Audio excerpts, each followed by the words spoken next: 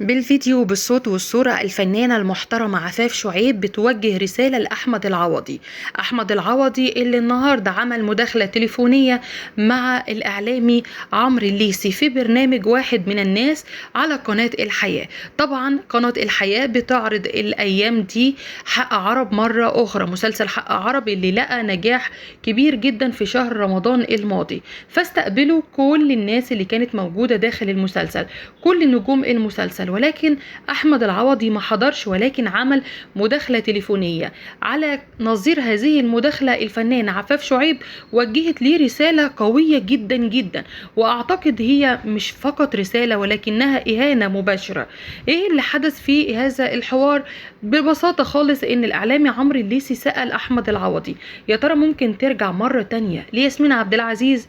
قال له الله أعلم، لو ربنا أراد إن احنا نرجع لبعض أكيد هنرجع، لكن لو ما أردش يبقى كل شيء نصيب.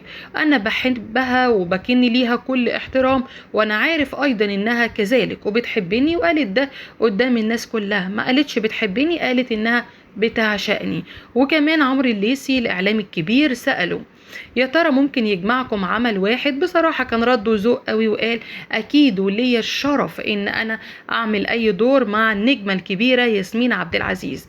طبعا كل الحوارات وكل البرامج أول ما بتستضيف أحمد العوضي أو ياسمين عبد العزيز لازم السؤال المعتاد: هترجعوا لبعض إمتى؟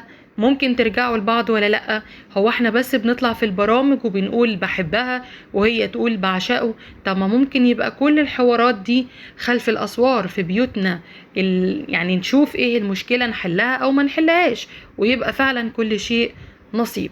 الفنانة المحترمة عفاف شعيب من بعد لقاء ياسمين عبد العزيز من ايام صاحبة السعادة وهي معترضة اعتراض كامل على تصريحات ياسمين، وبتقول انها نجمة كبيرة، علشان كده ما كانش المفروض تطلع وتتكلم وتقول بعشقه او بحبه، خصوصا انها عندها اولاد كبار يمكن في سن الزواج كمان، فانها تطلع وتبكي وتقول انها متمسكة بيه قوي، وهو كان رده عليها برسالة كل شيء نصيب، وان البيوت كالقبور لا يعلمها ذويها، الناس اللي ساكنة فيها هي اللي تعرفها.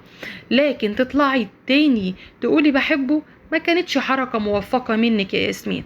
انتي كان المفروض بتحبيه ومشاعرك متجهة ليه، مش لازم عشان الحلقة تفرقع وتبقى ترند كبير نطلع نقلل من نفسنا بالشكل ده.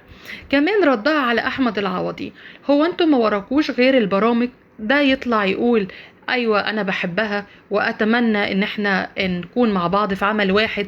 طب ما تبقوا مع بعض في بيت واحد وفي عمل واحد وحياة واحدة من غير الشوشرة والحلقات اللي بتحاولوا تخلوها تطلع ترند كبير فقط علشان شهرة البرنامج اللي انتوا متواجدين فيه.